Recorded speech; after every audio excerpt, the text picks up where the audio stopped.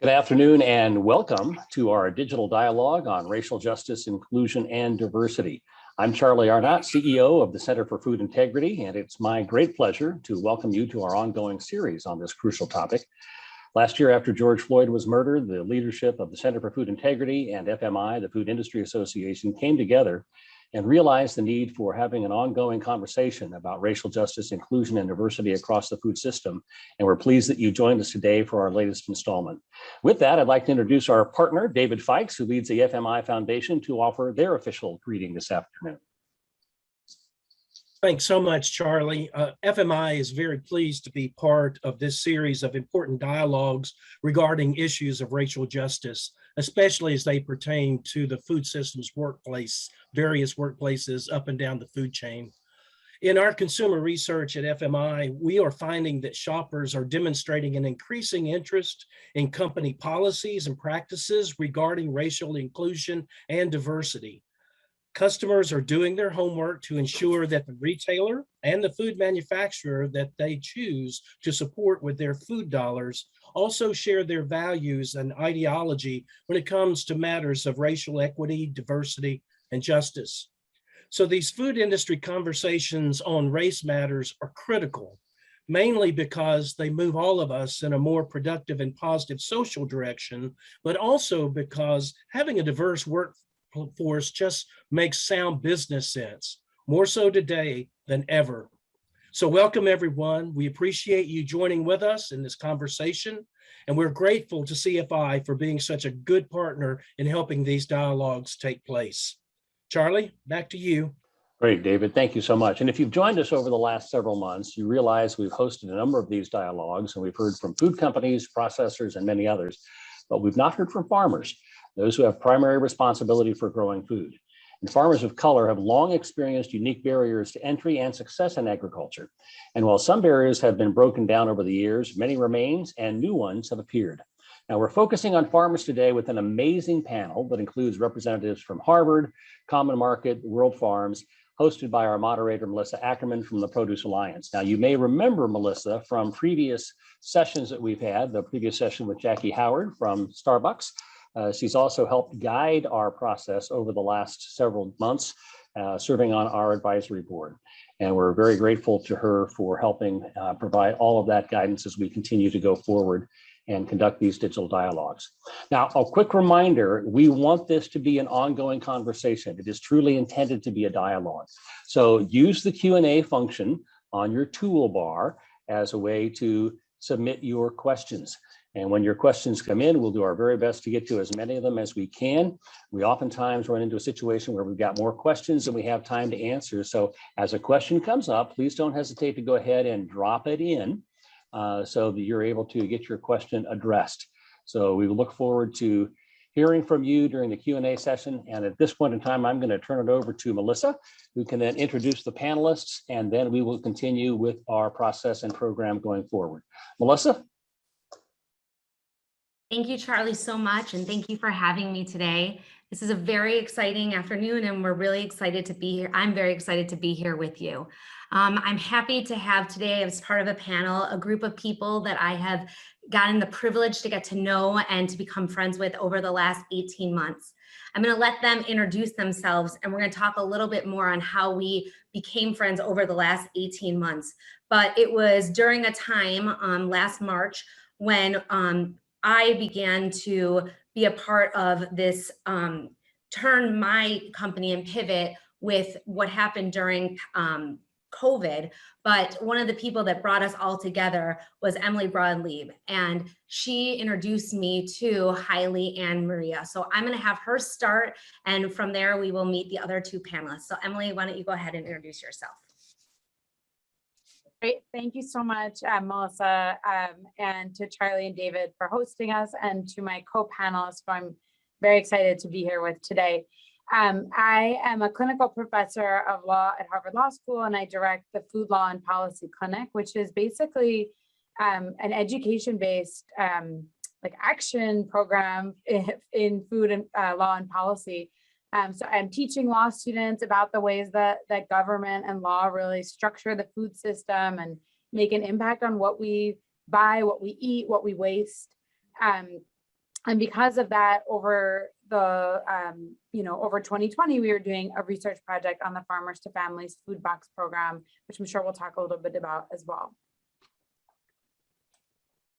Perfect. Thanks, Emily. And actually, Emily and I met even before that when we were introduced by a common friend, and we were talking about just in general how food moves through the system and really just trying to figure out common solutions of what to do.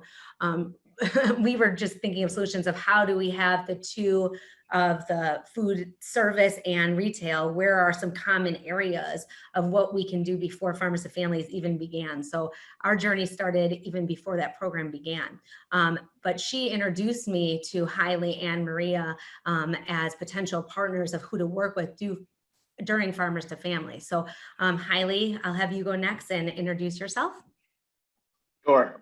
Hi, everyone. My name is Hailey Johnston. I'm a co-founder and co-director of an organization called The Common Market. And we are a nonprofit regional distributor of locally sourced foods and sustainably grown foods, connecting communities with good food grown by sustainable family farms. We were founded in Philadelphia about 15 years ago.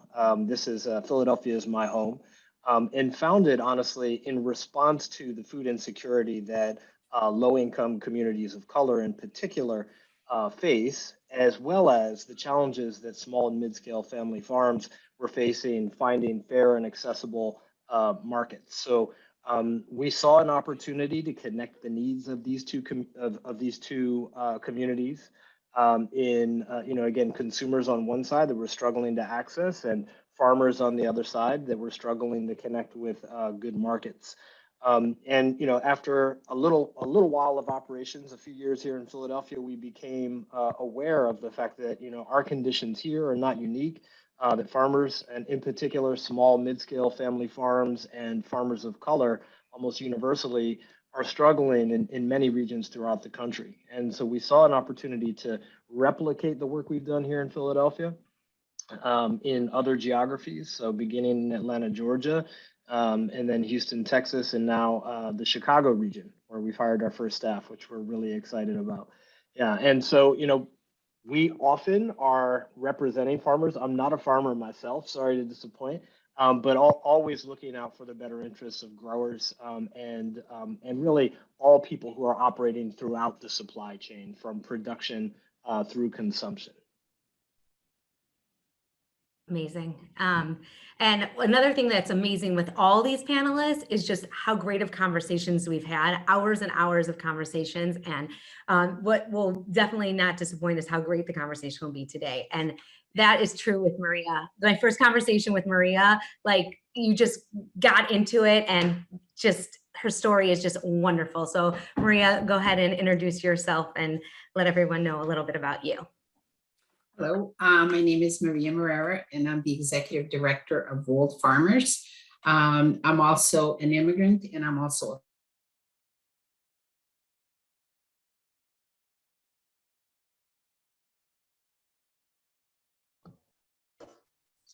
Did we lose Moreira?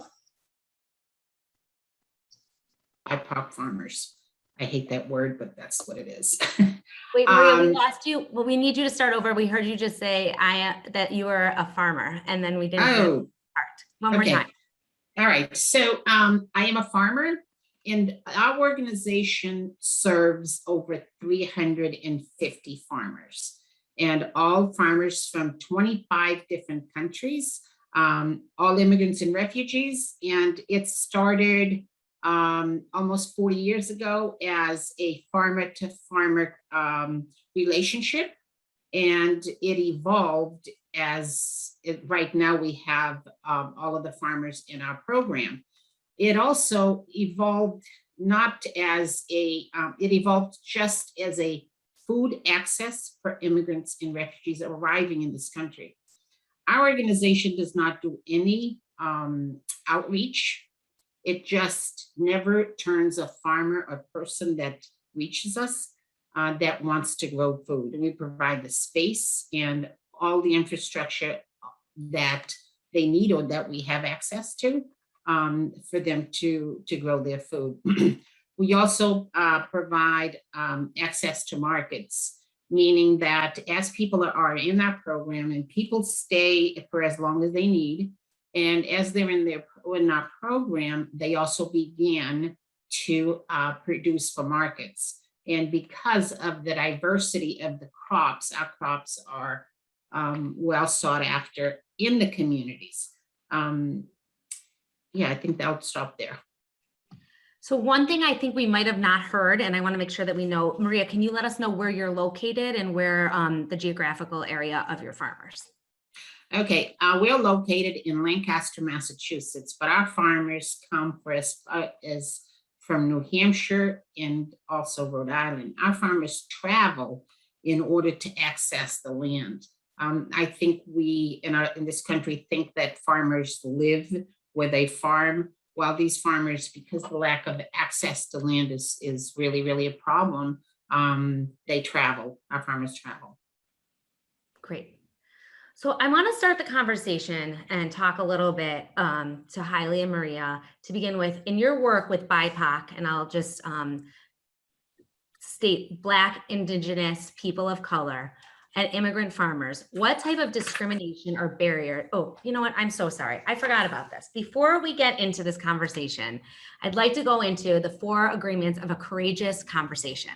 And I think this is really important. If you've not been in one of our conversations, a digital dialogue on racial justice, inclusion, and diversity, before we get into these topics, I think it's important that we talk about what that means. And I was about to dive right into a topic that could be, one that might not get to closure, one that might be a difficult conversation. And so before we get into it, I want to talk about what that means. It means to stay engaged. Staying engaged means remaining morally, emotionally, intellectually, and socially involved in the dialogue. Experience discomfort. This norm acknowledges that discomfort is inevitable, especially in dialogue about race, and that participants make a commitment to bring issues into the open. It is not talking about these issues that create divisiveness. The divisiveness already exists in society and in our industry. It is through dialogue, even when uncomfortable, that healing and change can begin. Speak your truth. This means being open and thoughts and feelings and not just saying what you think others want to hear. And the last is to expect and accept non-closure. This agreement asks participants to hang out in uncertainty and not rush to quick solutions, especially in relation to racial understanding, which requires ongoing dialogue. So these are these 4 agreements that we're all going to make in this conversation. And I'm just going to jump right in, which I was about to do without even discussing that. So, all right. So Hailey and Maria, in your work with BIPOC and immigrant farmers, what type of discrimination and or barriers have you witnessed these farmers facing in getting their products to market or even getting started as a farmer? Hailey, why don't we start with you and what you've seen at the beginning and into today, and has any of this changed, and where would you like to begin? Yeah, I mean, I guess I can share a little bit about what we've experienced and observed as an intermediary, so some of what I've heard has been secondhand to some degree, but also firsthand in that we've experienced representing product from farmers of color, and I think what we see today is not it's not a new phenomenon, right? This is a result of many years, generations of direct and overt discrimination against people of color within food systems, beginning with slavery, going back more than 400 years ago. So an agricultural system that is built on the shoulders of people of color, and honestly hasn't evolved much beyond systems that exploit people of color in agriculture and other industries and don't create fair economic opportunity for many. So what we're seeing with Black and brown farmers is functionally the legacy of the systems of discrimination in this country. Even though in some of the places where we work, and I'm going to say in particular in the Southeast and in Texas, where we do have partners, farmers of color, primarily Black and Latino farmers in these areas, that they own land at this point is a minor miracle. with all that they have endured through generations, struggling to gain fair access to capital, struggling to gain fair access to markets, and then just struggling to subsist in their work. And so at this point, what we're seeing is many of the growers that still occupy their land are 70, 80 years old. They still struggle to gain access to fairly priced capital to improve their land. There's also, in many instances, not much of an incentive to do so because the market has not made the kind of sustained commitments to them and their product that would justify the kind of investment to even be ready to sell into markets today. And then I think one of the other challenges that many of them face is regulatory. And so as government regulations have evolved and put increased barriers in place, and in many instances, out of necessity in order to keep people, consumers, safe, they've created additional barriers to market access for many growers, and in particular ones that have been struggling to catch up for many years. So I'll pause there, but in our experience, the entire industry is so stacked against farmers of color for many generations of historical reasons that folks, even while they're trying to re-enter the market or begin farmers and begin farming, and that's another challenge I think that I think Moreira can maybe speak to. But even just getting off the ground and access to land and the cost of land and accessing the capital to acquire land or lease land, it's just it's almost impossible to thrive as a farmer. I mean, Moreira, how would you share similar or different experiences to what you've seen, and what can you add? Wow, Hailey, you really are really articulate on the point. I couldn't agree with you more. I've got boots on the ground, and being a farmer myself, but also the struggles and the barriers that Black farmers face, immigrant farmers face, are almost, because they face it daily in every single point, in every single entry point of the farming. And you're correct, Hailey. It's sometimes you can't really pinpoint it because it's so overt that you're like, is it or isn't it? And then as an immigrant farmer and as farmers of color, our farmers, farmers cannot be continuously focusing on the injustices that are in their face, because otherwise you're not living. You have to stop living. So what happens is this year we faced as many as you already alluded to, but one, due to COVID, was the anti-Asian sentiment of consumers. So at farmers markets in 2020, at farmers markets, the among farmers decided not to go because they were really afraid to go. Okay. Also, what I was going to say before too is this was having the relationship with the food box. It was a godsend because we had to really pivot really quick because we did not have markets for all of the crops that we have. We have over 100 acres of vegetable production here. And so the farmers, each one of them are running their own businesses, small businesses. We help wherever we want, we can, and they need, but we need to sell a lot of produce. And because of all of the closure of the farmers market, school closed and restaurants closed, so we had to pivot real quick. Food box was like great, and that's why we were connected to Emily and Melissa.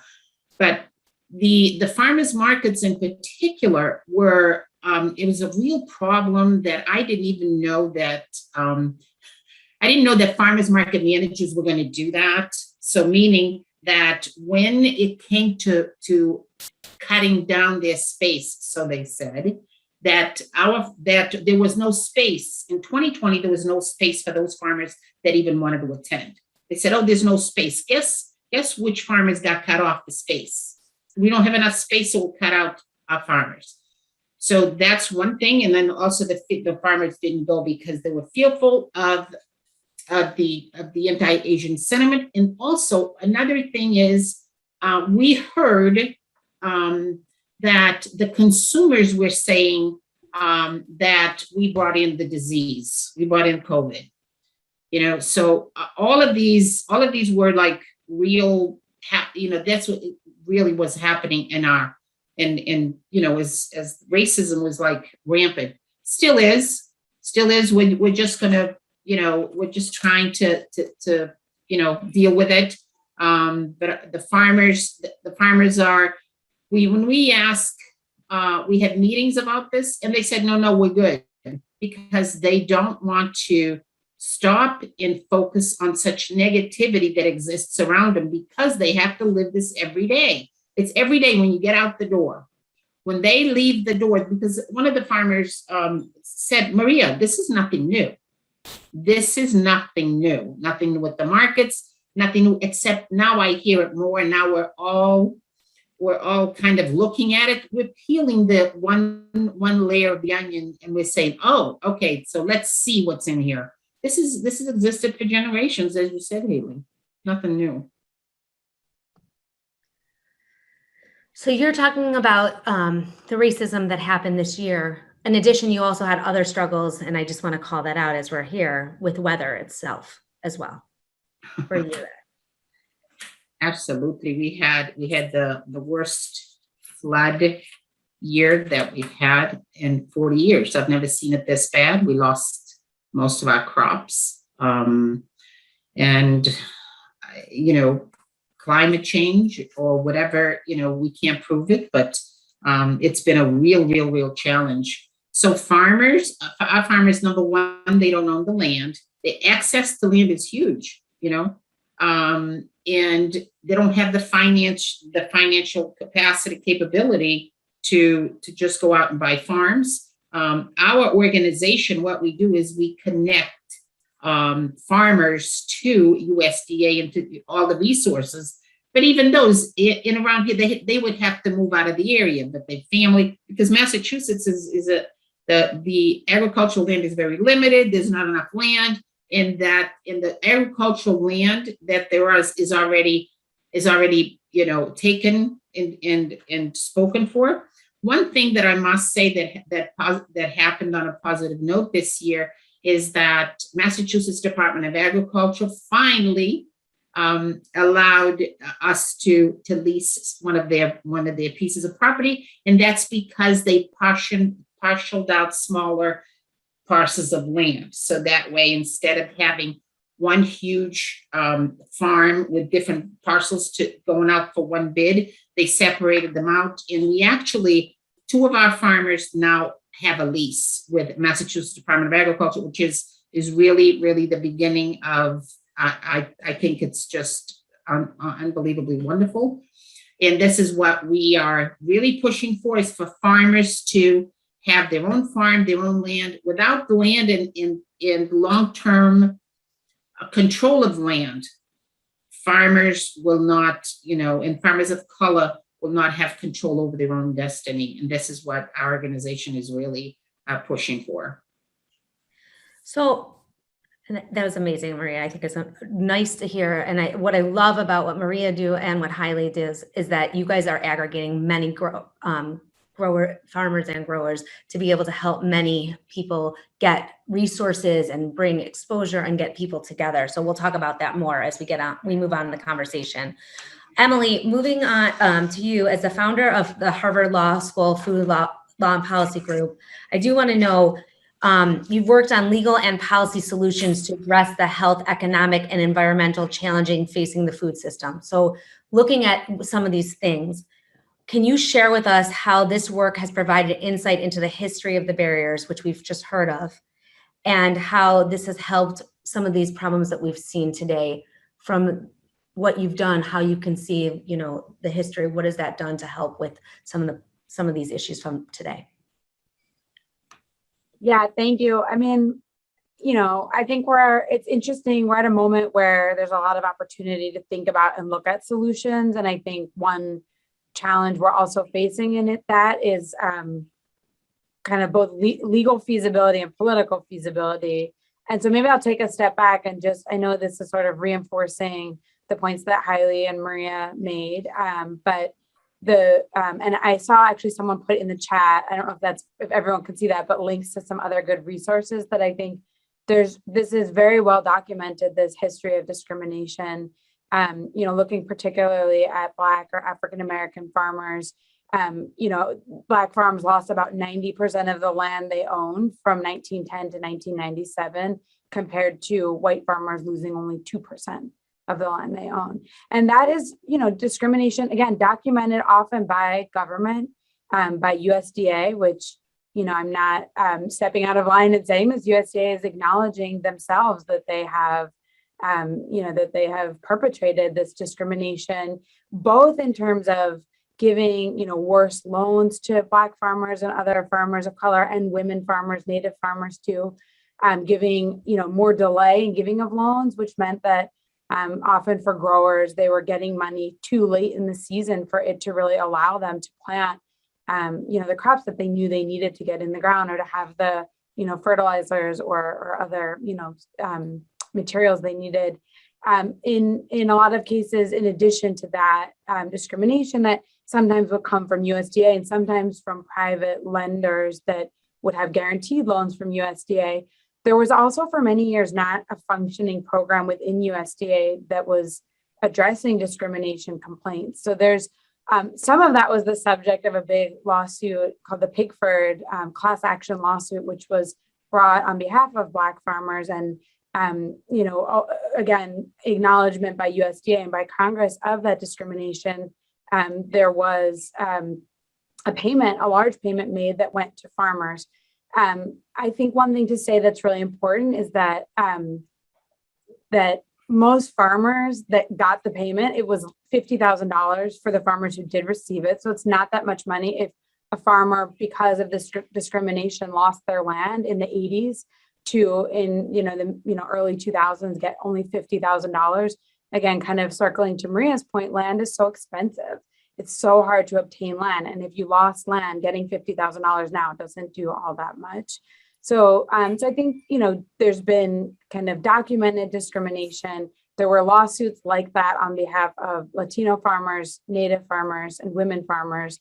And again, where there was even payments made, it's very small compared to like the decades and decades of harm that was brought about by that. The other thing is that in terms of how this looks now, this is ongoing. When we look at the payments from, for example, the coronavirus food assistance program, generally, white farmers receive 97% of coronavirus food assistance program support, and Black farmers received 0.1%.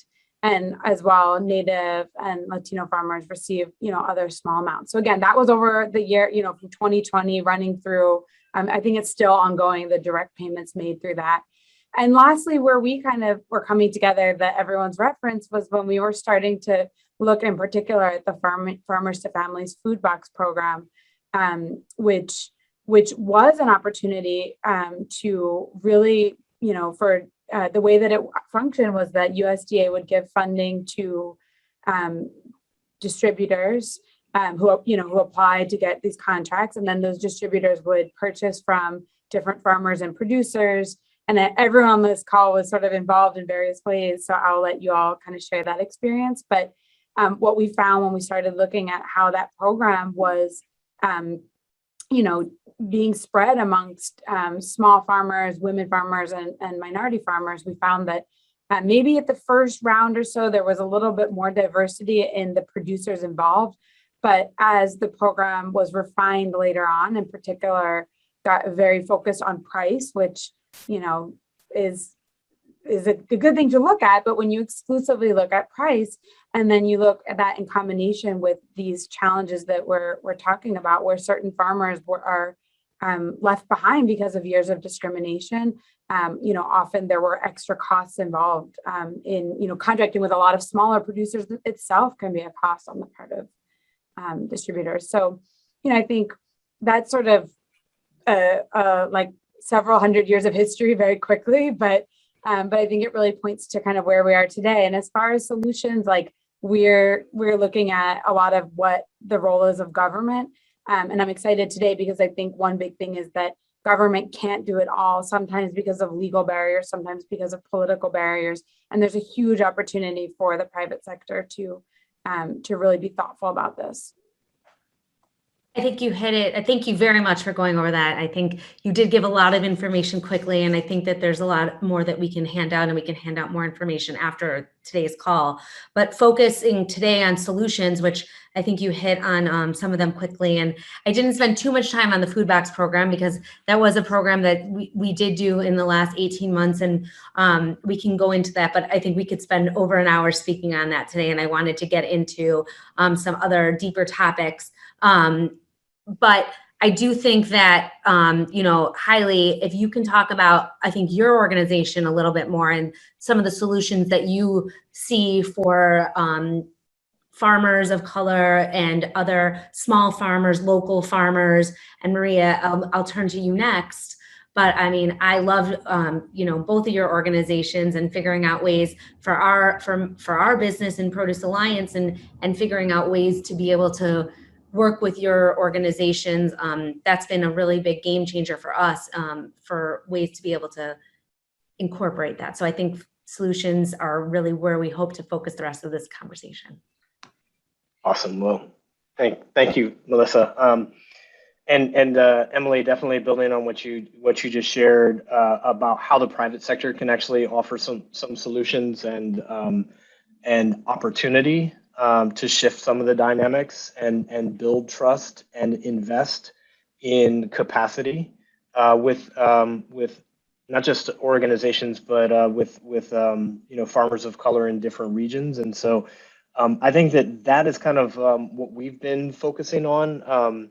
First and foremost, trying to figure out how we can make sustained market commitments to some of these growers, because without market opportunity, as many of us know, there isn't an incentive for investment, and there isn't a significant motivation to figure out how they're going to overcome some of their conditions. And so what we've been doing is working with, and I didn't really say this before, our primary market relationships have historically existed within institutional food service, so schools, hospitals, elder care, colleges and universities, correctional institutions, and we also work with a good number of retailers as well.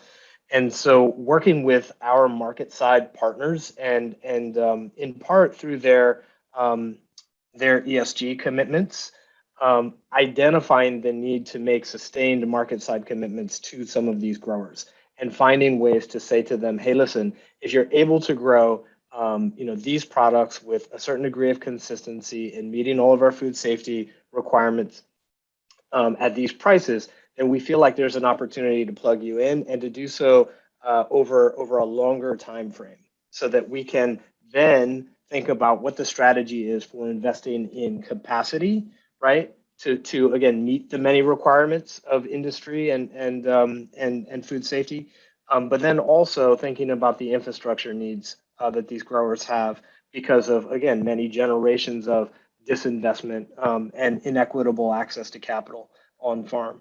And so we're kind of working at it from that direction, really thinking about with in particular with Black farmers in Georgia and Alabama, and Latino and Black farmers in Texas, saying, hey, listen, I know what you love to grow, and I know you grow it well, and we want to represent that at a fair price that is going to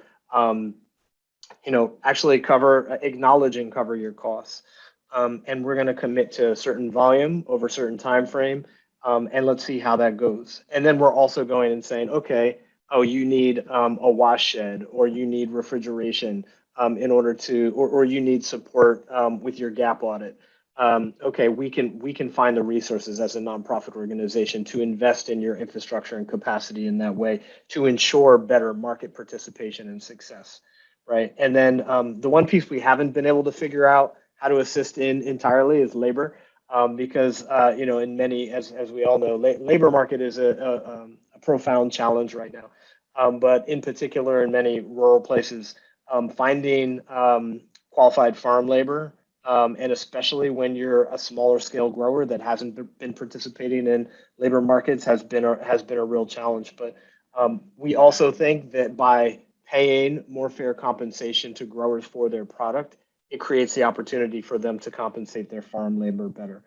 So really thinking about work and partnership in longer term and from more systems approaches is what we're seeing, creating conditions of success for some of these growers. Great. I think Maria, how would you answer that question? You're on mute. As far as solutions, I think we need to highlight the relationships with people and organizations by shifting the way we think about food production and who are those producers. So we at World Farmers, we support the small farmers from the very, very point of entry. And then the thing is that the farmers don't have the sense of confidence to advocate for themselves and even to go out and get resources from USDA and to really speak the language of agriculture, because it's not just English. There's a culture of agriculture in this country, and let's face it, it's a very wide space. And so in order for immigrant refugee farmers to feel comfortable in that space, it's a challenge. It's a challenge, but it's something that we are working towards. We are the liaisons between USDA, and we assist in access to land and to the resources and to the markets. And we also assist the farmers selling their crops to ethnic markets, to wholesale markets. And we have a CSA that we use the production, in the CSA and food access, other food access, farm to family boxes that we do. But I think we need to make sure that we are really, really thinking of the next generation of farmers. Whether we like it or not, it's going to be a more diverse space, because the age of farmers in this country is, I think, 68 as of this point. And so there's going to be a need for the land to be taken over by other farmers. And I don't see a long line of farmers, people who want to be farmers other than those that we serve. I do see that there was a little bit of an influx about 10, 15 years ago of the college graduates that wanted to be farmers, but they all went to their engineering jobs when they found that the weeds grew more than the crops, and it was really, really hard. And I just want to make sure that we realize, the shade of the people, the shade of the skin of people that produce the food that we eat every day. Just think about it. If you could just think about how our food is produced and by whom, I think that'll give us all a different perspective on our food system. Very true. Emily, what is available when it comes to resources or assistance from the government or other NGOs? I think that's, I think there's solution sets on there as well.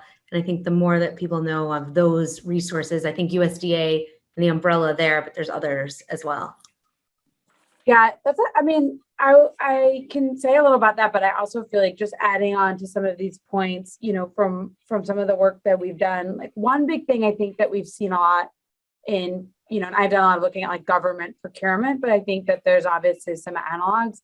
One big thing is when procuring, if you're looking for someone who can supply, all the different things you're looking for, you're often going to be looking at bigger producers. And so I think, this kind of builds on Hailey's point too, just as much as possible, sort of saying, what are some things that we can procure from producers locally, that we are going to make a commitment to try with those items and get that relationship started.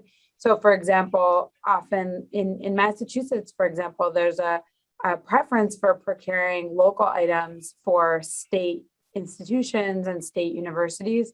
And when we've really drilled down to see why that isn't actually happening, it's usually because when bids are put out, they include things like bananas, which no one can grow in Massachusetts, and things like that. And then producers say, well, I can't meet this, I'm not even going to apply for this bid because I can't meet some of the goods that are on it. So that's just one way to start kind of being thoughtful. As far as what's available, I mean, there's, again, in light of like this recognition of the history of discrimination in the Farm Bill, there's some places where there is funding that would prioritize socially disadvantaged farmers and ranchers, which is sort of the federal government speak for, farmers of color, women farmers. It also includes veteran farmers. I think one challenge has been that this year, the American Rescue Plan included a provision that would have provided debt relief for this class of socially disadvantaged farmers and ranchers and others who can demonstrate that they're from a class that was subject to discrimination, and that's been put on hold by courts. And that's sort of what I was alluding to earlier from the legal side, that in that case, there were white farmers who sued and said that this was just now discriminating against them to not make the debt relief eligible, to not make them also eligible.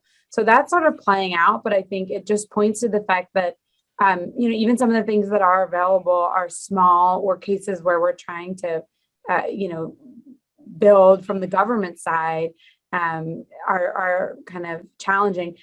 One other thing I think that's important to say is that it feels like in making, in thinking about what the government's role can be, any of these supports really are intended to help farmers get to a place where they're able to compete on the market.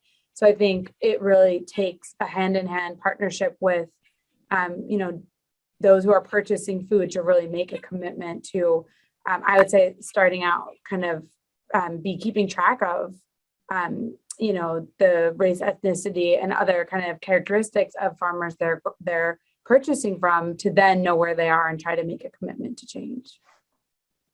Yeah. And I mean, I could definitely speak on that. I think finding out that on the supplier side is definitely important. I think that that's definitely a qualification that is asked a lot, and something that we try to take care of or to note and to find out. And that was actually a question that came in on the panel. And I think, Hailey, you can definitely ask that, like, what are the first steps a restaurant or food retailer should take to focus on bringing farmers of color into their supply chain? And I think that's a good question that you can answer, but I think the knowledge is key, obviously, and data is very important. So do you want to answer on that question?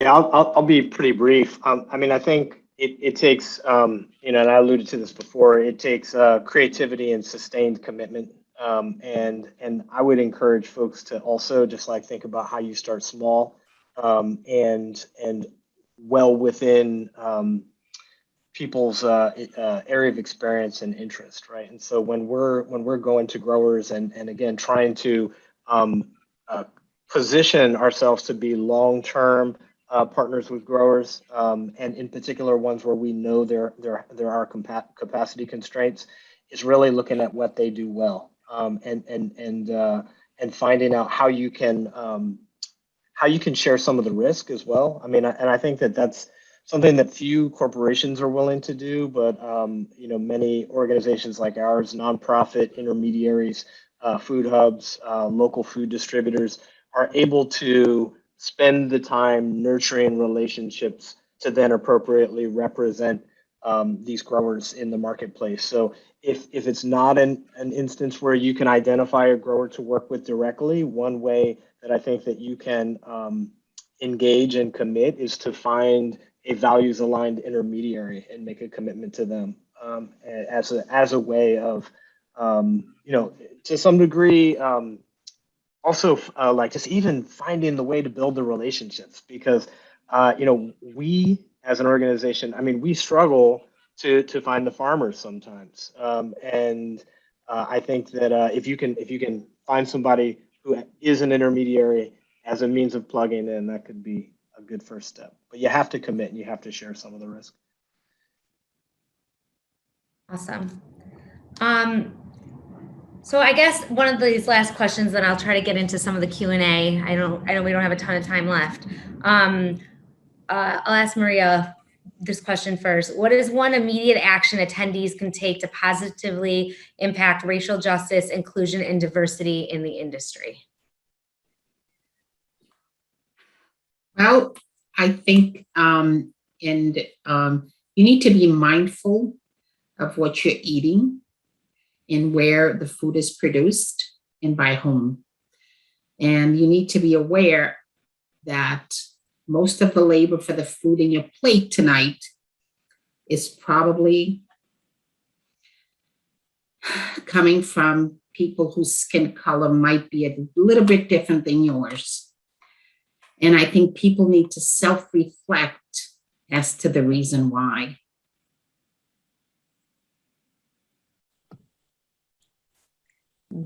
Very mindful and very true. Hailey, how would you answer that question? I would say, one, I think spend time learning and being open to understanding the injustices that have created the conditions that inform our society. And I say being open, spending the energy to be open and opening yourself up to that learning is important.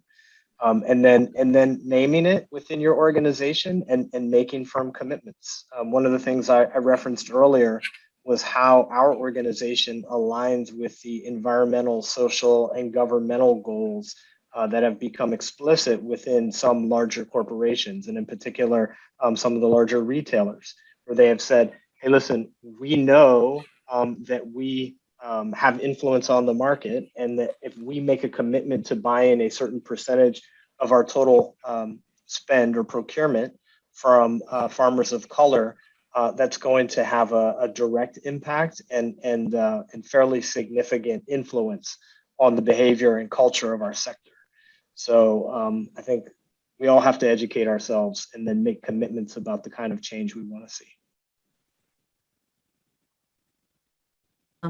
Emily? I want to pick up on this, sort of relates to Hailey's point on sharing risk, which is, I think I agree with everything like Maria and Hailey said. I think, putting skin in the game, it's most of the companies who are in the middle that are purchasing food and then processing it, manufacturing it, and, getting it out to consumers have more capacity to hire someone, perhaps it's going to take time if you want to diversify your supply chain, building real relationships, figuring out what you can do where. I mean, some of that does take time. And I think that, bigger companies making a commitment to kind of have a person who's spending that time, who's able to help navigate that and figure out what's needed and build more authentic relationships. That is easier to bear on the part of companies than it is on the part of kind of small farmers. It's amazing what Hailey and Maria and other organizations do, trying to kind of build that, build those connections. But I think, they don't at this point yet exist everywhere. That's the other thing, support them so they can expand. But I think that there's a real need and opportunity to kind of, invest the time and the staffing to figure out what needs to be done so that these kind of market relationships are able to succeed in the future. Completely agree. So 2 questions I see that came in that I think are really great for right here is there's a question that came in, is there a central clearinghouse or source of information that can help connect buyers with farmers of color or in different markets? So Maria, I know you're a part of an organization that has other local farmers that connects. Can you tell a little bit about your organization that you've connected me to help connect me? Can you tell us a little bit about that? Yeah, as part of our actually USDA support, we work with other organizations similar to ours that are helping immigrant and refugee farmers, Black farmers, farmers of color, and in other states such as Maine, Rhode Island, and also in Massachusetts. And we connect each other because it's all of, at the end of the day, markets, we need access to markets, and it's extremely difficult for our farmers to get access to markets, and Hailey mentioned all of those, and making sure that we do want to, and we produce a safe product, but to go through all of the regulations, that are necessary and that are required by the markets. So it's it's a challenge, but we have worked with Massachusetts Department of Agriculture to mitigate that barrier.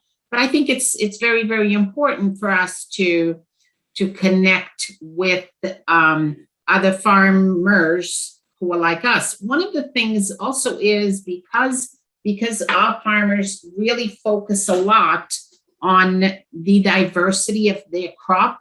So it's not like we grow commodities. First of all, we don't have the land space. And also because our farmers are really more focused into growing for their communities and to provide their communities with the fresh food that they're familiar with. So we are very, very limited on the niche marketing aspect, although it's really becoming very popular. Our crops are, because of the quality and also for their diversity and the specialty of it. So it's a challenge, but it's also very good to be so diverse. Great. Hailey, what about, I know your organization also, as you grow into more states, you're working with more local and BIPOC farmers, immigration, all different groups to be able to put them together. Is there other groups that you work with to be able to make more connections that you could share today? Well, I think for Black farmers, the folks that may have the best source for how to connect with different Black farmers in different regions is the Federation of Southern Cooperatives. I think they are really the kind of the go-to organizing force for a lot of Black farmers in the South. But I think this raises a good point, right? It's like, again, it's access to information. And even if you are well-intentioned and want to engage growers, finding them can be quite a challenge. And so maybe there is, we've identified a need, a mechanism for sharing more information about how to connect with all kinds of different growers, beyond the larger commodity. Emily, I know that was one of the things you did for me, was introduce me to, I don't even know, 60, 50, many different farmers in order to, as I was working on a program to be able to do boxes throughout the country and be able to bring local and different growers. So that was who I worked with. It was with Harvard Law School to be able to meet people. But I'm sure, Emily, you don't have the ability to do that for everyone. So what would you suggest? I was going to say one of our recommendations in the Farmers to Families Food Box program had been that USDA could play a role in actually keeping kind of lists or mapping by state. So another area of work that I do a lot of work on is on food waste and food recovery. And in that case, EPA has created this excess food opportunities map. So you can kind of look and figure out near you, if you have surplus food, what are like food banks or compost facilities, et cetera. I could see something like that really includes farmers, maybe, women farmers, farmers of color, farmers under a certain size that, aren't so small that they're really only able to sell at the local farmers market, but like, farmers that otherwise, wouldn't be on the radar of kind of bigger procurers.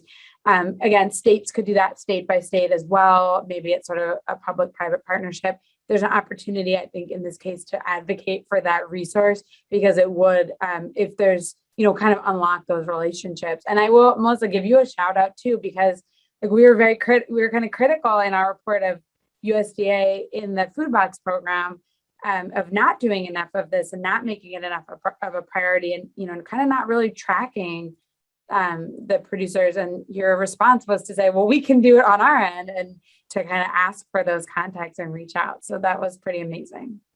Thanks, Hailey. Well, thank you.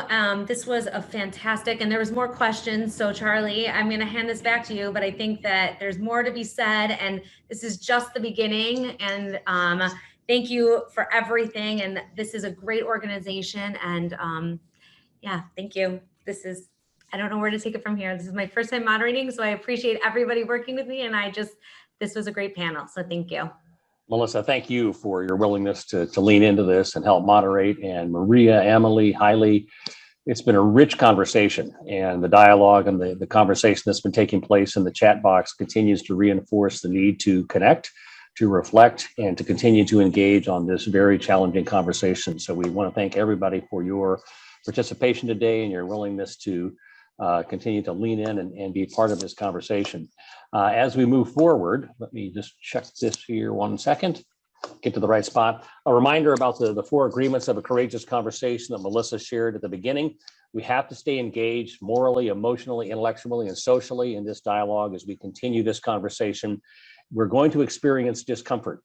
These are challenging conversations, but it's not talking about the issues that create divisiveness. The divisiveness exists, but it's through the dialogue, even when uncomfortable, that healing and change begin. So when we're feeling uncomfortable, it's time to lean in, not step away from this conversation. So I encourage you to continue to lean in and to speak your truth.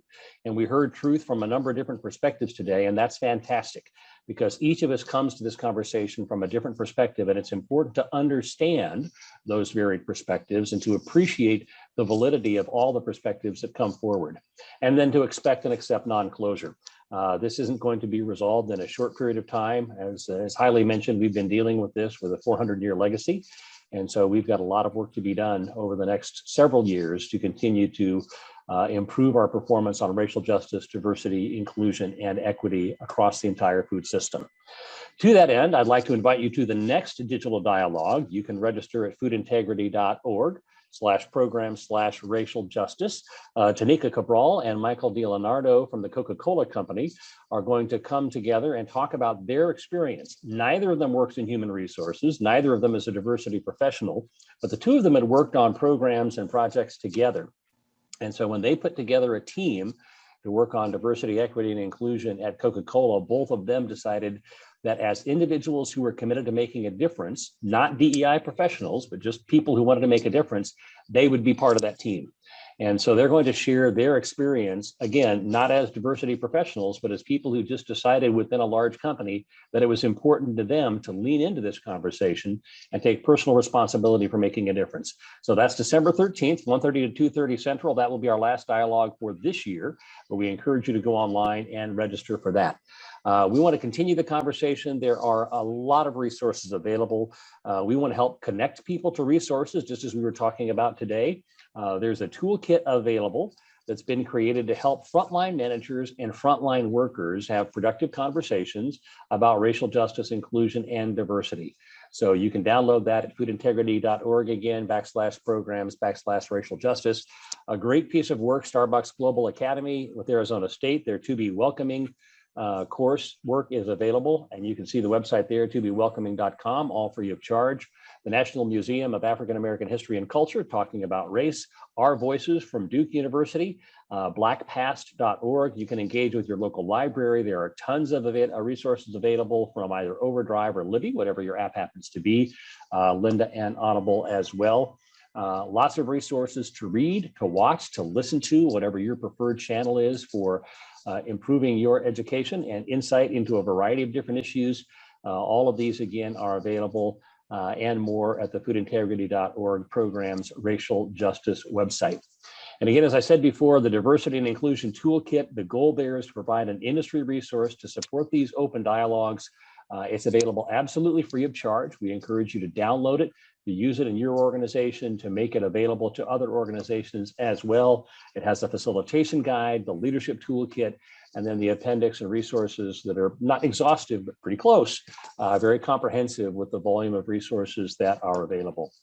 So with that, again, we want to thank you so much on behalf of our partner, the Food Industry Association, FMI, and the Center for Food Integrity. Thank you so much for being a part of our digital dialogue today. We wish you the best of the rest of your day. We hope you'll join us again in December for another digital dialogue on racial justice, diversity, and inclusion in the food system. Have a great rest of your day. Take care. Bye-bye.